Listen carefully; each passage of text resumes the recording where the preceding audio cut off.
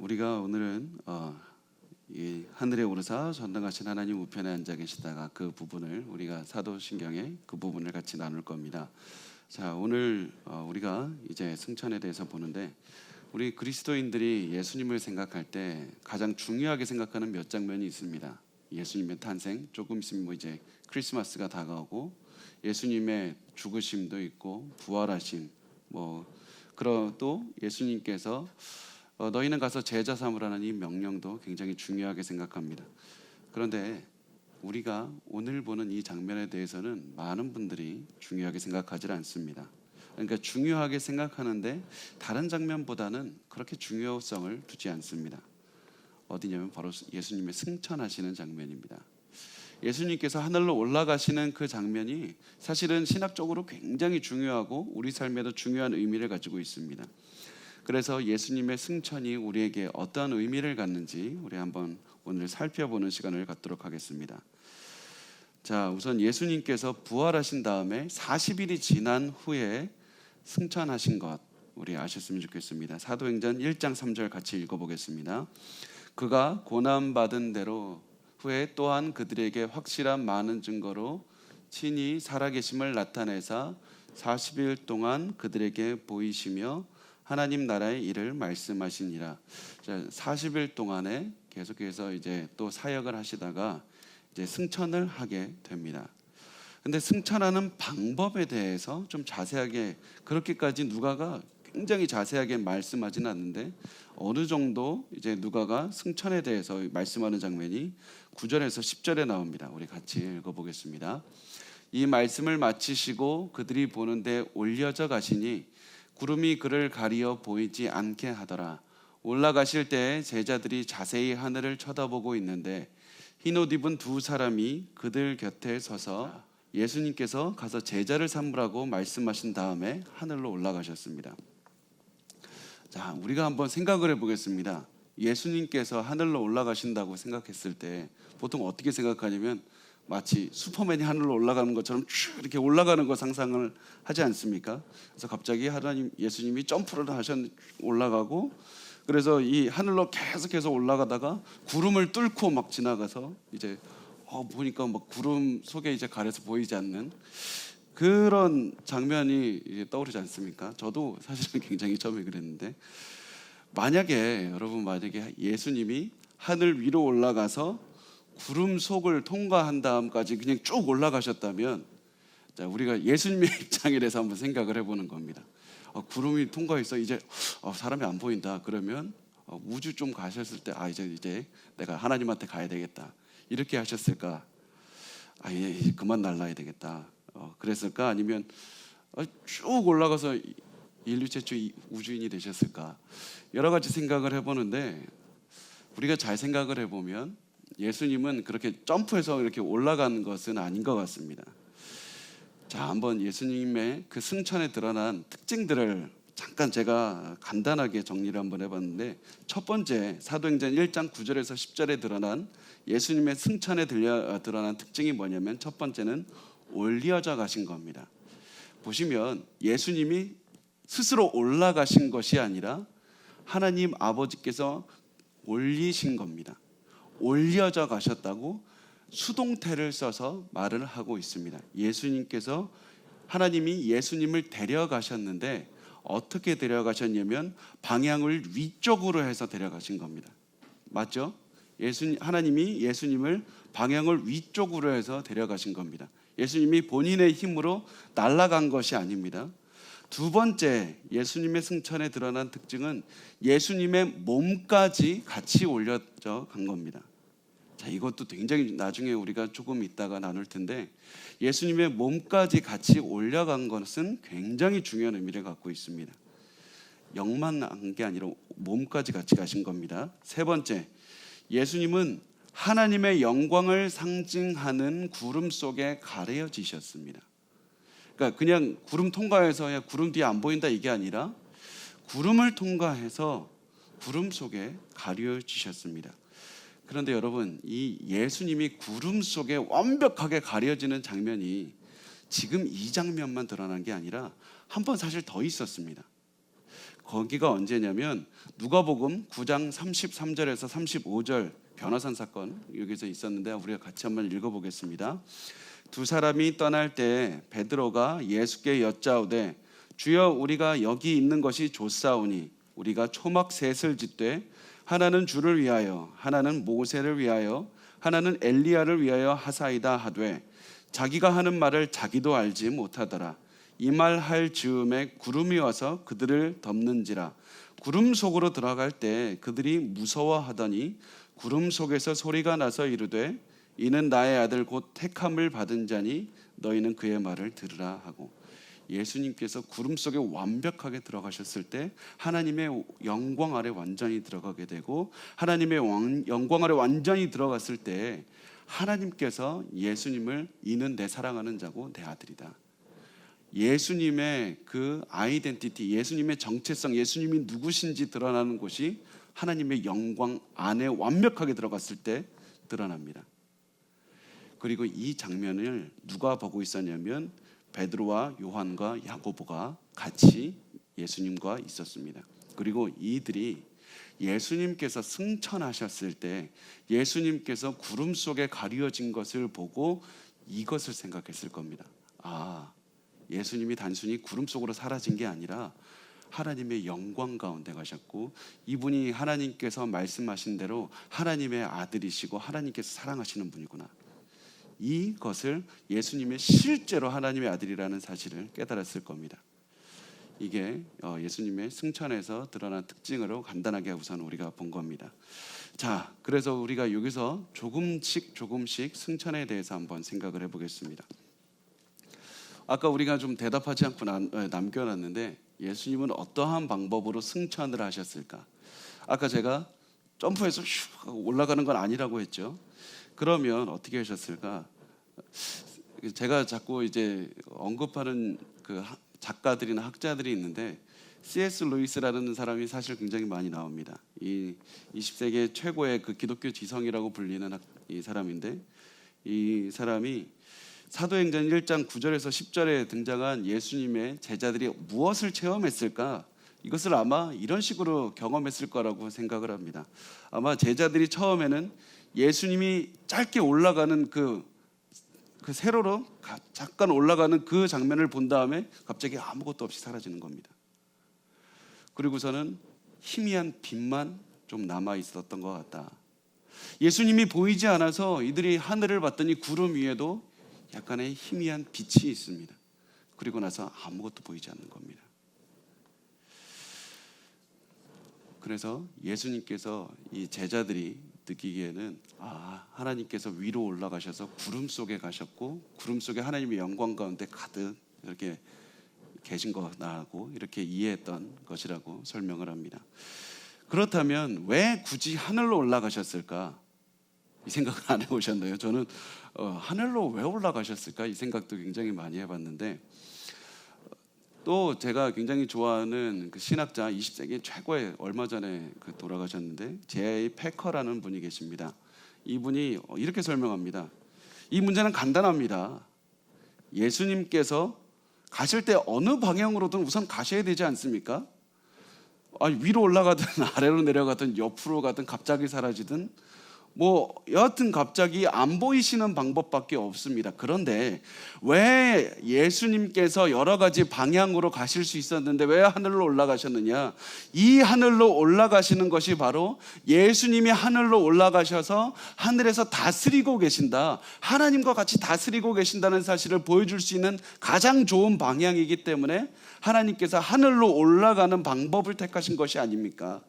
그렇게 이야기를 합니다. 그래서 예수 그리스도의 승천은 이제 내가 할 일 다 끝냈으니까 나 세상에서 할 일 다 했다, 나 이제 그만두고 난 떠나겠다, 손 씻고 이제 가겠다, 이런 의미가 아니라 이제는 예수님께서 땅에서의 사역을 끝내셨으니까 이 하늘에서 천국에서 하나님과 같이 계시면서 이 세상을 다스리는 사역을 하러 올라가신다, 이것을 보여주기 위해서 하늘로 올라가는, 위쪽으로 올라가는 그런 방법을 택하셨던 것이었습니다. 그래서 예수님께서 승천하셨다, 하늘로 올라가셨다는 의미는 예수님께서 하늘에서 지금도 세상을 다스리신다, 이런 의미를 가지고 있습니다. 예수님께서 지금도 세상을 다스리고 계십니다. 그런데 여기에서 우리가 승천하신 장면에서 매우 중요한데, 매우 명확하고 매우 분명한데 간과하는 장면이 나옵니다. 아까 우리가 승천에서 세 가지 특징을 말씀드렸던 것 중에 하나가 나옵니다. 사도행전 1장 11절 말씀을 우리 같이 읽어보겠습니다. 이르되 갈릴리 사람들아 어찌하여 서서 하늘을 쳐다보느냐, 너희 가운데서 하늘로 올려주신 이 예수는 하늘로 가심을 본 그대로 오시리라 하였느니라. 자, 예수께서 하늘로 가셨던 그 모습 그대로 오시리라, 이렇게 말씀합니다. 예수께서 하늘로 올라가신 그 모습 그대로 내려오시리라. 이 말씀이 왜 중요하냐면 예수님이 육체를 가지고 올라가셨기 때문입니다. 예수님이 육체를 가지고 올라가셨습니다. 특히 평신도 분들이 어떻게 생각하냐면 예수님께서 올라가셨을 때 그냥 영만 빠져나가고 육은 마치 허물 벗듯이 그냥 그 자리에서 쓰러지고, 너무 영이 귀하고 육은 추악하기 때문에 육은 벗어두고 영만 올라갔다고 많은 분이 그렇게 생각을 하십니다. 그런데 예수님이 그렇게 가신 것이 아니라 이 몸을 놔두고 이 땅에 버려두고 천국을 다시 가신 것이 아니라 예수님이 그 몸을 가지고, 부활하신 몸을 가지고 이 하나님 옆으로 가신 겁니다. 승천하신 겁니다. 그렇다면 왜 굳이 육체를 가지고 가셨을까? 왜 육체를 가지고 가셨을까? 자, 우리가 생각을 잘 해보면 예수님은 원래 육체가 없었습니다. 그죠? 다들 이렇게 예수님은 육체가 없었는데 이 땅에 오시면서 육신을 입으신 겁니다. 자, 요한복음 1장 14절 말씀을 우리 같이 읽어보겠습니다. 말씀이 육신이 되어 우리 가운데 거하심에 우리가 그의 영광을 보니 아버지의 독생자의 영광이요 은혜와 진리가 충만하더라. 여기에서 말씀이 육신이 되었다라는 말에 헬라어로 기노마이라는 단어인데, 이게 어떤 뜻이냐면 영어로는 became, 무엇이 되었다, 이게 아니었는데 무엇이 되었다. 말씀이 육신으로 입으셨다, 그걸 성육신이라고 하지 않습니까? 성육신을 입으신 겁니다. 예수님이 육신이 원래 없었는데 육신을 입으셨다. 그래서 인간이 되셨다. 말씀이 육신이 되셨다. 이 육신을 가지고 평생 사시다가 십자가에 달려서 돌아가셨다. 그 다음에 부활하셨는데 그 다음에 가지게 된 것이 부활의 몸이라는 겁니다. 아시겠죠? 부활의 몸을 가지게 된 겁니다.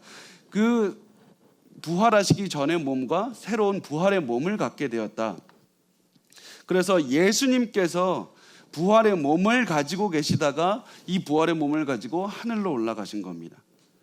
그래서 예수님이 가지고 계신 몸은 우리의 몸과 같지 아니하고 부활의 몸을 가지고 계시다고 보면 되겠습니다. 빌립보서 3장 20절과 21절 말씀을 우리 같이 읽어보겠습니다. 그러나 우리의 시민권은 하늘에 있는지라 거기로부터 구원하는 자 곧 주 예수 그리스도를 기다리노니 이는 만물을 자기에게 복종하게 하실 수 있는 자의 역사로 우리의 낮은 몸을 자기 영광의 몸의 형체와 같이 변하게 하시리라. 나중에 우리의 몸도, 우리의 소망이 어디 있냐면 단순히 우리가 그냥 천국 간다, 잘 산다 이런 것이 아니라 우리의 모습이 예수 그리스도의 모습과 같이 되고, 우리의 몸도 지금 있는 우리의 이 몸이 아니라 예수 그리스도의 그 부활의 몸을 갖게 된다. 우리의 몸도 변하게 된다는 것을 말씀을 하고 있습니다. 그것이 우리가 바로 가지고 있는 소망입니다. 우리가 죽었을 때 그냥 거기서 죽은 채로 다시 한번 그냥 송장이 살아나는 것이 아니라 부활의 몸을 하나님께서 주셔서 그 부활의 몸을 가지고 예수 그리스도와 같이 살아가게 된다. 그래서 예수 그리스도가 뭐라고 합니까? 고린도전서 15장 20절 말씀에 이렇게 같이 읽어보겠습니다. 그러나 이제 그리스도께서 죽은 자 가운데서 다시 살아나사 잠자는 자들의 첫 열매가 되셨도다. 첫 열매가 되셔서, 왜 첫 열매입니까? 나중에 사람들이 예수 그리스도를 따라서 다 같이 그렇게 변하게 될 것이기 때문입니다. 그래서 예수 그리스도와 같이 우리도 몸의 부활이 되고 또 우리가 몸이 변하게 된다. 이것을 말씀을 하고 있습니다. 이 말을 여러분은 혹시 오해하지 마십시오. 우리가 똑같이 예수 그리스도처럼 하나님이 된다, 하나님처럼 똑같이 된다, 이런 말씀이 아닙니다. 우리는 예수 그리스도보다 훨씬 못한 존재이지만 우리도 예수 그리스도처럼 변하게 되고 하나님의 형상을 입은 자로서 하나님처럼 변하게 되는 그런 삶을 살아가게 된다. 이것이 이 몸의 부활을 말씀하고 있는 겁니다. 그래서 예수님께서는 이 부활의 몸을 이 땅에 버려두고 가신 것이 아니라 하늘로 같이 가지고 가신 겁니다. 자, 우리가 한번 생각을 해보겠습니다. 다시 한번 여기서 한번 더 생각을 해볼 때 굳이 예수님은 왜 몸을 가지고 가셨을까? 다시 한번 생각을 해보겠습니다. 몸을 그러면 예수님께서 버려두고 다 쓸모없이 다 했으니까 부활까지 하셨고 다 하셨으니까 이제 몸은 다 썼고 그래서 버리고 다시 원래 있던 그 상태로 가시면 되는데 왜 굳이 인간의 모습으로 남아 계십니까? 다시 말하면 예수님이 지금도 100% 인간이고 100% 하나님이신 채로 계신 겁니다. 예수님은 이 땅에 계실 때만 잠깐 인간이었다가 지금 하나님이신 것이 아니라 예수님은 원래부터 그러니까 그 이 땅에 계실 때부터 인간과 하나님이었고 지금도 완벽한 인간이자 완벽한 하나님으로 남아 있습니다. 왜 그러실까? 그 이유는 예수님이 완벽한 인간이자 완벽한 하나님만이 중보자가 될 수 있기 때문입니다. 우리가 보통 이렇게 생각합니다. 중보자를 단순히 내가 어떤 집사님, 권사님을 위해서 기도하겠습니다. 내가 중보하겠습니다. 내가 중보자 이런 뜻으로 생각하시지만 성경에서 말하는 중보자는 조금 더 의미가 예수님을 향해서 중보한다고 말할 때 그 의미가 다릅니다. 자, 우선 보면 성경은 예수님이 영원한 인간이라는 사실을 강조하고 있습니다. 디모데전서 2장 5절 말씀을 우리 같이 읽어보겠습니다. 시작. 하나님은 한 분이시요 또 하나님과 사람 사이의 중보자도 한 분이시니 곧 사람이신 그리스도 예수라. 이분 사람이다. 사람이기 때문에 단순히 사람이 아니라 그리스도 예수라, 그리스도 메시아, 그 구약에서 약속하셨던 메시아 예수가 바로 지금도 우리를 위해 기도하는 중보자이신데 단 한 분 바로 하나님이자 인간이시다. 그리고 그 분이 중보자라는 말이 그 말을 다시 한번 좀 개념 정립을 해보았으면 좋겠는데요. 그 중보자라는 뜻에 이렇게 써 있습니다. 로마서 8장 34절 말씀, 중보자의 뜻을 한번 다시 생각을 해보겠습니다. 시작. 누가 정죄하리요? 죽으실 뿐 아니라 다시 살아나신 이는 그리스도 예수시니 그는 하나님 우편에 계신 자요 우리를 위해서 간구하시는 자시니라. 우리가 보통 예수님을 중보자라고 할 때 그냥 예수님 우리 위해서 하나님 좀 도와주세요. 이 사람 위해서 기도합니다. 이렇게 허약한 모습으로 그리고 있습니다. 마치 우리가 하나님께 기도하는 것처럼 우리가 할 수 있는 것이 아무것도 없어서 하나님 도와달라고 우리 저 사람을 도와주시고 이 사람도 도와달라고 기도하는 그런 모습으로 예수님을 생각을 합니다. 그런데 예수님께서 중보자가 되신다, 예수님께서 중보하신다는 말은 단순히 우리를 위해서 그냥 어떻게 할 수 있는 게 없어서 그냥 막연하게 기도하신다는 그런 뜻이 아닙니다. 예수님께서 중보자라는 말은 예수님께서 하나님이 되시고 그것을 곧바로 이루실 능력이 있는 예수님께서 우리를 위해서 일하고 계신다, 그 말씀을 하고 있는 겁니다.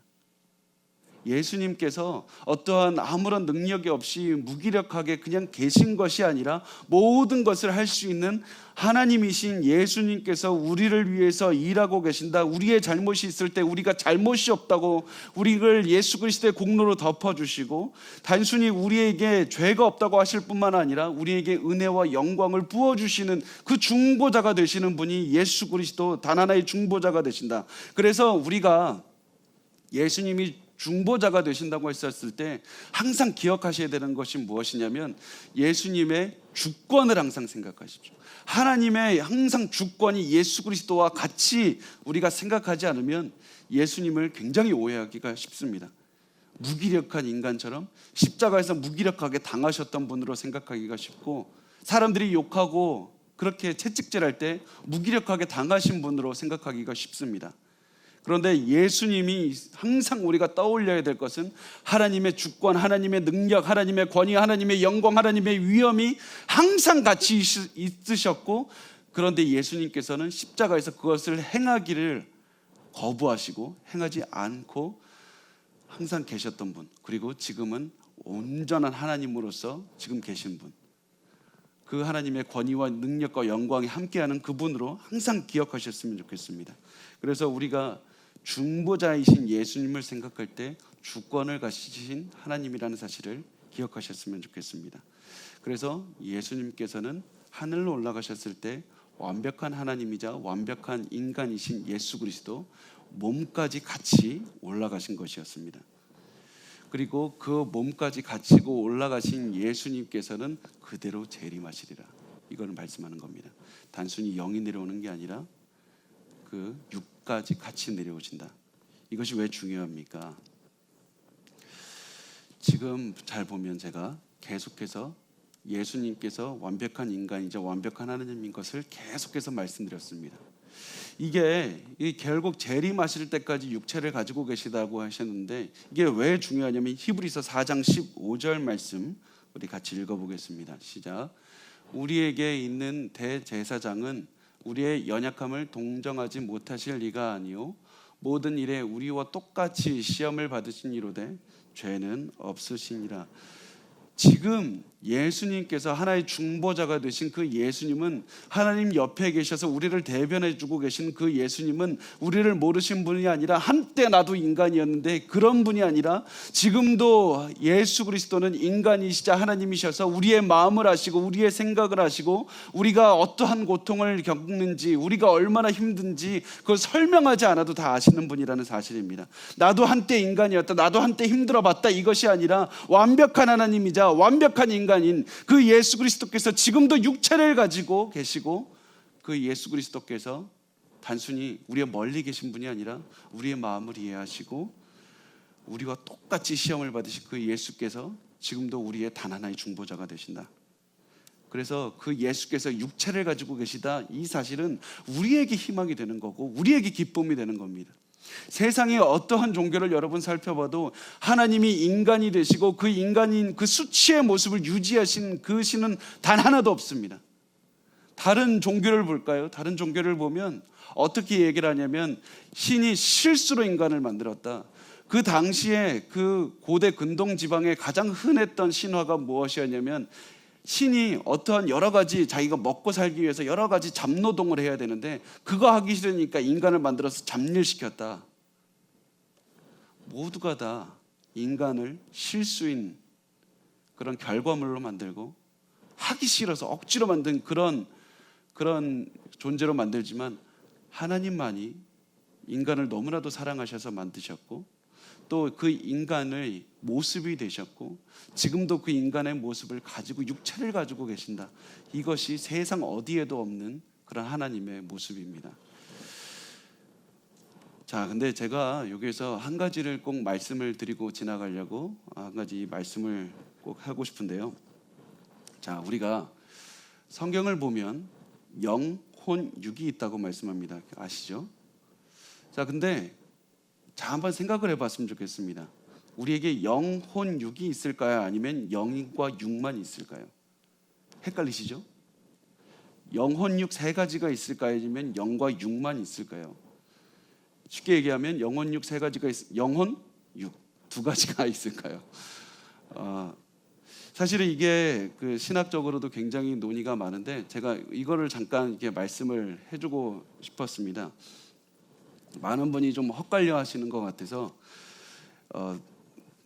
그 우리 신학적으로 굉장히 오랜 역사 기간 동안에 대다수의 학자들은 영혼, 육 이 두 가지만 있고 영혼, 육 세 가지로 인간이 구성된 게 아니다. 이건 거의 정설입니다. 이거를 뭐 단순히 인간의 생각으로 한 것이 아니라 성경에서 영혼, 육 세 가지로 만들어졌다는 그런 증거를 찾기가 너무 어렵습니다. 하나님께서 영과 인간의 영과 육을 만든 것을 찾겠는데 혼을 만들었다는 그런 기록을 찾을 수가 없고, 또 그리고 인간을 세 가지로 굳이 구별해서 이렇게 하나님께서 대하시는 것도 보기가 굉장히 어렵습니다. 그래서 우리가 한번 그 영혼 육에 대해서 한번 말씀을 한번 봤으면 좋겠는데요. 누가복음 1장 46절에서 47절 말씀을 우리 같이 한번 읽어보겠습니다. 시작. 마리아가 이르되 내 영혼이 주를 찬양하며 내 마음이 하나님 내 구주를 기뻐하였음은, 제가 이 말씀을 드린 이유가 뭐냐면 내 영혼이라고 쓰일 때 이 헬라어가 보면 영어로 하면 soul, 혼이라고 표현될 수 있는 단어고, 내 마음이라는 단어가 spirit, pneuma, spirit, 내 영이라고 표현을 보통 하는 단어이기 때문에 제가 이렇게 가지고 온 겁니다. 마리아가 지금 뭐라고 하냐면 내 혼이 주를 찬양하고 내 영이 하나님 내 구주를 기뻐하였음은, 이렇게 일부러 찬양하고 있는 겁니다. 그런데 한글 성경으로 번역하다 보니까 성도들이 좀 헛갈릴 수가 있겠다, 그래서 마음이라고 번역을 한 겁니다. 그러면 왜 이렇게 혼과 영을 같이 썼느냐? 시적인 표현인데요, 히브리 말로 이게 시적인 표현을 쓸 때는 비슷한 단어를 일부러 나열해서 강조하는 효과를 보통 이렇게 썼습니다. 병렬 구조로 해서. 그래서 지금 마리아가 하나님을 찬양할 때 내 혼과 영으로 같은 단어, 비슷한 단어라고 보시면 되겠습니다. 그래서 혼과 영은 비슷한 단어다. 그래서 서로 강조해 주는 역할을 할 때 사용했다, 이렇게 보시면 되겠습니다. 그렇다면 한번 데살로니가전서 5장 23절 말씀은 어떻게 해석할 수 있는지 우리 같이 한번 보겠습니다. 데살로니가전서 5장 23절 말씀입니다. 시작. 평강의 하나님이 친히 너희를 온전히 거룩하게 하시고 또 너희의 온 영과 혼과 몸이 우리 주 예수 그리스도께서 강림하실 때에 흠없게 보존되기를 원하노라. 여기에서 영과 혼과 육을 따로 썼지 않았습니까? 그러기 때문에 세 가지가 있는 것이 아닙니까? 이렇게 말씀을 보통 하십니다. 그런데 일반적으로 생각을 해보면 바울이 이것을 왜 이렇게 썼을까 보면, 다른 곳에서는 혼과 영을 따로 구별해서 하나님께서 창조하시거나 그렇게 만들었다는 그런 거 찾기 어렵기 때문에 우리가 좀 쉽게 생각할 수 있는 것은, 바울이 전인격적으로 하나님 앞에 흠없이 살아야 된다. 사람이 모든 것이 다 영과 모든 육체까지도 모든 사람의 모든 부분이 하나님 앞에 거룩해야 된다. 이것을 강조하기 위해서 영과 혼과 육으로 나누어서 설명을 했다는 것이 옳은 생각인 것 같습니다. 그래서 이 말씀을 통해서 바울이 영과 혼과 육으로 구성이 되어 있다 이 말이 아니라, 우리는 전부를 다해서 하나님을 사랑해야 되고, 우리는 온전하게 순결해야 되고, 우리는 완벽하게 거룩하기 위해서 노력해야 된다. 그래서 이렇게 쓴 것이라고 보시면 되겠습니다. 그래서 우리가 하나님께서는 영과 육으로 만들어진 어떤 그런 존재라는 사실을 우리가 기억하셨으면 좋겠습니다. 자, 이제 예수 그리스도께서 이 육체까지도 하늘로 이제 승천을 하셨습니다. 그 다음에 이제 또 중요합니다. 저는 이게 성경을 보면 너무 재밌는 게 다 중요합니다. 여러분 다 중요해서 다 기억하셨으면 좋겠습니다. 승천하신 다음에 어떻게 가셨냐면, 사도신경에 보면 하나님 보좌 우편에 앉으셨다고 말씀을 하고 있습니다. 왜 오른쪽에 앉으셨을까? 그걸 한번 생각을 해보겠습니다. 왜 사도신경을 한 사람들이, 그 초대교회 리더들이 왜 하나님 보좌 우편에 앉으셨다고 이렇게 기록을 하고 있을까? 골로새서 3장 1절 말씀을 우리 같이 읽어보겠습니다. 시작. 그러므로 너희가 그리스도와 함께 다시 살리심을 받았으면 위의 것을 찾으라. 거기는 그리스도께서 하나님 우편에 앉아 계시느니라. 성경도 예수님이 하나님 우편에 앉아 계신다. 성경은 예수님께서 승천하신 다음에 어디 갈 곳 없이 헤매시는 것도 아니고, 하나님 밑에 있는 것도 아니고, 하나님 위에 있는 것도 아니고, 하나님 왼쪽에 있는 것도 아니고, 하나님 앞에 있는 것도 아니라 하나님 우편에 앉아 계신다. 오른쪽을 굉장히 중요하게 설명을 하고 있습니다. 그렇다면 왜 굳이 하나님 우편에 계신다고 말씀을 할까? 잘 보면 그 당시에 우리 초대교회 시대를 한번 생각을 해볼까요? 초대교회 시대 때는 전쟁이 굉장히 흔했습니다. 군인들이 많았죠. 칼을 갖고 다닙니다. 근데 오른손잡이, 저 같은 오른손잡이면 칼을 오른손에 들고 방패를 왼손에 듭니다. 그죠? 그래서 누가 공격을 할 때 이렇게 왼팔로 막습니다. 그런데 이렇게 있다 보니까 단점이 어디입니까? 약점이 어딜까요? 누가 오른쪽에서 저를 팍 공격을 하면 저는 굉장히 그 공격이 취약하게 될 겁니다. 오른쪽에서 나를 공격하는 사람이 있다고 봤을 때는 오른쪽에서 공격하는 굉장히 취약하게 됩니다. 그래서 오른쪽에는 내가 가장 신뢰하는 사람을 두는 겁니다. 내 오른쪽에는 내가 가장 믿는 사람, 이 사람은 날 절대 공격 안 해, 이 사람은 내가 가장 높이는 사람이야. 그래서 오른쪽에는 가장 믿는 사람, 내가 가장 사랑하는 사람, 그 사람을 둔 겁니다. 그래서 누가 내 오른쪽에 있다, 왕이 오른쪽에 둔 사람은 가장 신뢰하고 가장 영광의 자리에 있고 왕이 가장 사랑하는 사람을 왕의 오른쪽에 앉히는 겁니다. 그래서 예수님께서 하나님의 우편에 앉으셨다는 표현은 그냥 자리가 오른쪽이라는 뜻이 아니라 예수님의 굉장한 영광과 굉장한 권위의 자리에 앉으셨다는 것을 말씀을 하고 있습니다. 그런데 여기서 우리가 잠시 생각할 것은, 제가 왕의 표현을 드니까 오른쪽에 있는 분은 가운데 있는 보다 좀 권위가 덜한 분 아닙니까? 이렇게 생각할 수 있습니다. 이 왕 오른쪽에 앉은 사람이 그 능력이 있고 가장 신뢰하고 사랑받는 사람이라고 말씀을 드리다 보니까 예수님도 하나님 앞에 오른쪽에 앉았다는 것을 보고 하나님보다 예수님 좀 낮으신 분 아닙니까? 이렇게 생각할 수가 있습니다. 그런데 시편 16편 8편을 한번 같이 볼까요? 시편 16편 8편 같이 읽겠습니다. 내가 여호와를 항상 내 앞에 모시며 그가 나의 오른쪽에 계심으로 내가 흔들리지 아니하리로다. 자, 하나님이 다윗의 오른쪽에 계신다. 하나님보다 다윗이 높습니까? 낮습니까? 하나님은 훨씬 다윗보다 높으신 분입니다. 그런데 다윗의 오른쪽에 계신다. 단순히 오른쪽에 계시다는 것은 내가 내 오른쪽에 있다는 것, 그 사람이 나의 높낮음을 말하는 것이 아니라 엄청난 권위가 있고 엄청난 영광이 있는 분이고 이분은 내가 가장 신뢰하는 분이다. 그냥 이것을 표현하는 겁니다. 그래서 하나님께서 이 가장 높은 자리에, 다윗의 인생의 높은 자리에 앉아 계시다, 내가 하나님을 가장 높은 자리에 모셔드렸다, 이 표현을 하나님이 내 오른쪽에 계시다 이렇게 표현을 하는 겁니다. 그래서 이 표현이 너무나도 중요한 겁니다. 누가 내 오른쪽에 앉아 있다는 것 자체가 너무나도 중요한 표현인 겁니다. 그래서 성경에 보면 천사는 오른쪽에 앉지를 못하게 합니다. 천사는 오른쪽에 앉을 수가 없습니다. 자, 히브리서 1장 13절과 14절 말씀을 같이 읽겠습니다. 시작. 어느 때 천사 중 누구에게 내가 내 원수로 내 발등상이 되게 하기까지 너는 내 우편에 앉아 있으라 하셨느냐? 모든 천사들은 섬기는 영으로서 구원받을 상속자들을 위하여 섬기라고 보내심이 아니냐? 어떠한 천사에게도 오른쪽에 앉을 수가 없다고 말씀합니다. 천사들은 오른쪽에 앉을 수가 없습니다. 왜 그렇습니까? 섬기는 영이니까.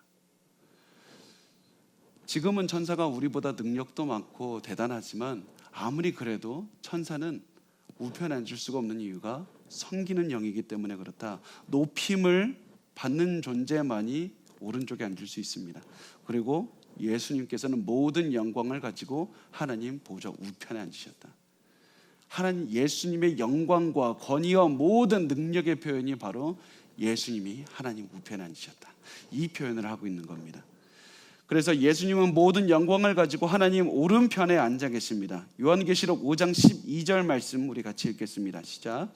큰 음성으로 이르되 죽임을 당하신 어린 양은 능력과 부와 지혜와 힘과 존귀와 영광과 찬송을 받으시기에 합당하더라 하시더라.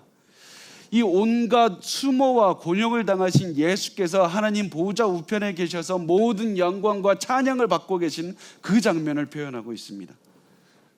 이 땅에서는 가시면류관을 쓰면서 온갖 수모와 조롱을 당하셨는데 이제는 완벽한 왕관을 쓰시고 모든 사람을 다스리시고 모든 세계를 다스리시면서 모든 사람의 영광과 찬양을 받고 계신 그 보좌 우편에 앉으신 예수 그리스도를 말씀을 하고 있습니다.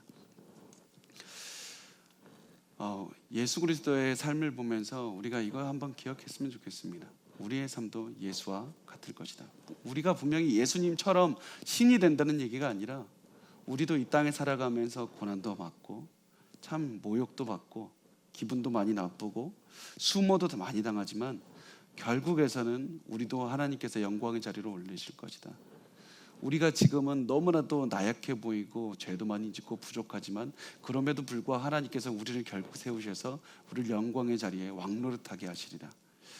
그래서 결국은 우리가 지금은 억울함도 있고 힘든 것도 있을 것이지만 다 풀어주실 것이고, 하나님께서는 우리의 기도에 결국 응답하셔서 가장 좋은 것으로 베풀어 주시는, 그래서 우리가 예수 그리스도를 바라보면서 첫 열매가 되신 예수를 바라보면서 우리가 희망이 있고 기쁨이 있는 겁니다. 자, 우리가 한번 마지막으로 질문을 한번 해보겠습니다. 자, 이제 예수께서 하늘로 가셨습니다. 예수께서 하늘로 가셨습니다. 그러면 이제 예수님은 우리와 함께 계시지 않다는 의미인가? 우리를 아예 떠나셨다는 의미인가? 자, 우리가 예수님의 한번 모습을 생각해 봤을 때, 예수님께서 육신을 입으시면서 예수님은 한 장소에 한 시간에 한 장소밖에 계실 수가 없습니다. 그렇죠? 예수님께서 육신을 가지신 분이 갑자기 온 곳에 편재할 수가 없죠. 그래서 예수님께서 한 장소에 한 정해진 시간에 한 장소밖에 있을 수가 없었지만 하늘로 올라가시면서 이제는 모든 곳에 계실 수가 있는 겁니다. 어떻게 해요? 성령을 통해서. 자, 갈라디아서 2장 20절 말씀을 우리 같이 읽어보겠습니다. 시작. 내가 그리스도와 함께 십자가에 못 박혔나니 그런즉 이제는 내가 사는 것이 아니요 오직 내 안에 그리스도께서 사시는 것이라. 이제 내가 육체 가운데 사는 것은 나를 사랑하사 나를 위하여 자기 자신을 버리신 하나님의 아들을 믿는 믿음 안에서 사는 것이라. 내 안에 그리스도께서 사신다. 바울 안에 그리스도께서 사시고, 그리고 우리 지금 2000년이 지난 이 시간에도 그리스도께서 여러분의 가슴 안에서 살아계시지 않습니까? 어떻게 살아계십니까? 성령을 통해서 살아계신 겁니다. 그렇다면 성령이 누구시기에 예수님께서 우리 안에 계시다고 말합니까? 우리가 그때 새가족 교육을 할 때 이게 우리가 나눴지만, 성령은 누구냐면 하나님 아버지와 성자 예수님의 영이 성령입니다. 하나님 아버지와 성자 예수님이 각기 다른 분인데 이 두 분이 동일한 영을 갖고 계시는데 이 영이 바로 성령입니다. 그래서 이분은 다 한 분인 겁니다. 성령께서 우리 안에 계시다는 것은 예수 그리스도의 영이 우리 안에 계시다는 것이고, 그래서 성령께서 우리 안에 계심으로 말미암아 우리가 예수 그리스도와 동행할 수 있다는 사실을 말씀하고 있습니다. 그래서 성령께서 계시면 그리스도의 영이 계시고, 그리스도 우리를 너무나도 사랑하시고 우리를 위해 한 중보자가 되신 그 예수 그리스도의 영이 우리 가슴 가운데 계시고 우리와 함께하고 계신다. 그래서 그분이 이제는 전 세상에 계시면서 우리가 너무나도 힘들 때 항상 우리를 도와주시고, 여러분 우리가 예배를 드리기 전부터 아침에 일어나서 오늘은 어떻게 살아갈까? 화장실에 가서 이를 닦으면서 세수를 하면서 오늘은 무엇을 할까? 이 상황을 어떻게 견딜까? 그렇게 고민하면서 터덜터덜 또 일하러 가는 그 자리까지도 성령께서는 다 보고 계셨고 함께하고 계셨고, 내가 마음이 아프고 몸이 아픈 그 순간에서도 성령은 다 보고 계셨고, 내가 기도하기 전까지도 이 사람이 무엇을 필요로 하고 무엇을 구하고 있고 어떻게 구해야 되는지 어떻게 응답해야 되는지 다 아시는 분이 성령님입니다. 그것을 여러분 그것을 기억하셨으면 좋겠습니다. 완벽한 하나님이신 예수 그리스도께서 우리를 너무나도 사랑하셔서 인간이 되셨고, 그분이 우리를 너무나도 사랑하셔서 자신의 영이 성령을 우리 안에 부어주셨다. 이것을 기억하셨으면 좋겠습니다. 그리고 그분께서 우리와 함께 하신 겁니다.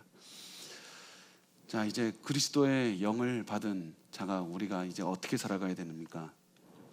우리가 이제 어떻게 살아가야 됩니까? 그냥 단순히 이제 우리는 성령을 가지고 살았다, 이제 성령을 가졌다, 거기서 끝이 아닙니다. 자, 우리가 한번 예수님의 제자들의 입장에 한번 되어 보겠습니다. 예수님의 제자들이 예수님을 평생을 열심히 따랐습니다. 자기 모든 거 버리고 따랐습니다. 고생했습니다. 그러다가 결국 예수님께서 십자가에 달려서 돌아가시는 것도 목격하고, 그랬다가 예수님이 부활하신 예수님과 같이 이렇게 기쁘게 살다가 예수님 갑자기 또 사라지셨습니다. 어떻게 생각을 했을까? 이 사람들 아마 막막했지 않았겠습니까? 어떻게 해야 될까? 이제 어떻게 살아야 될까? 이제 좀 맥이 풀리지 않았겠습니까? 아니 구체적으로 어디에서 무엇을 하라, 누구를 만나라, 어떠한 역할을 해라, 너희들에게 내가 능력과 돈을 주노라, 이런 것도 아니라 예수님께서 정말 하나님께서 말씀하시고 승천하셨습니다. 그런데 성경에서 보면 이들이 막연하게 가만히 있다고 말씀을 하고 있지 않습니다. 이 사람들은 하늘만 쳐다보고 살았던 것이 아니라 제자들은 곧바로 땅으로 시선을 돌립니다.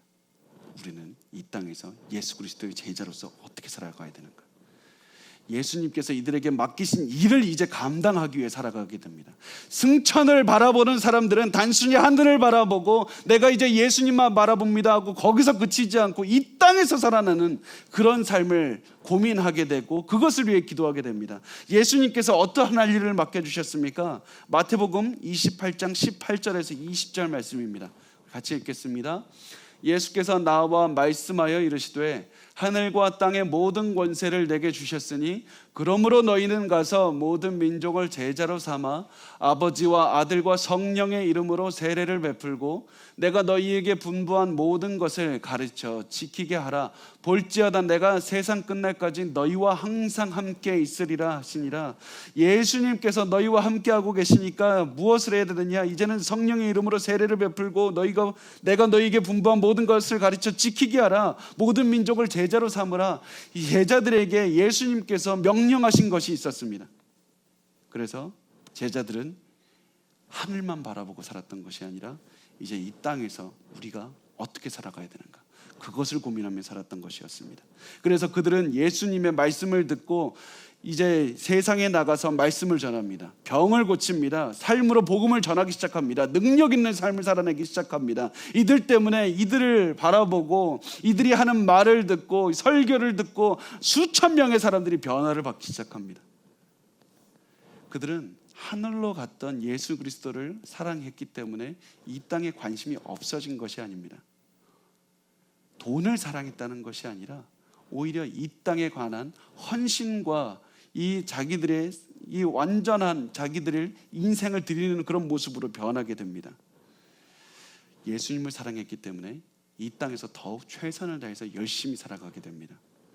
그래서 세상 속으로 들어가서 세상 속에서 승천하신 예수 그리스도에 대해서 전하는 삶이 바로 그리스도를 믿는, 승천을 믿는, 예수의 제 이름을 믿는 우리가 살아내야 될 그런 삶인 것입니다. 여러분, 우리가 한번 좀 돌아봤으면 좋겠습니다. 제가 보면 사실 굉장히 마음이 좀 아픈 때가 언제냐면 예수님을 믿는 너무나도 좋은 분들이 세상에 관심을 버리려고 하면서 살아갑니다.